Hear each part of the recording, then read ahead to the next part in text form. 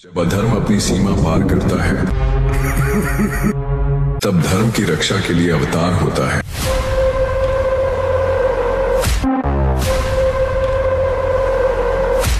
ये कहानी है उस महापुरुष की जो जगत के पालन करता, लीलाधारी, योगेश्वर भगवान श्री कृष्ण हैं, जिन्होंने अन्याय का अंत किया,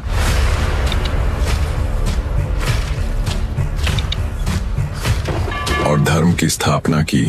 जब धर्म और अधर्म का महासंग्राम छिड़ा,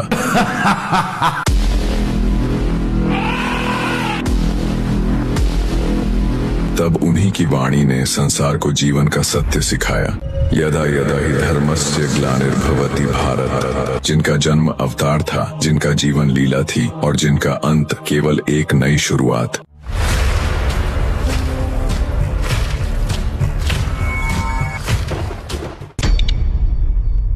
कृष्ण कभी समाप्त नहीं होते, वे युगों युगों तक अमर हैं।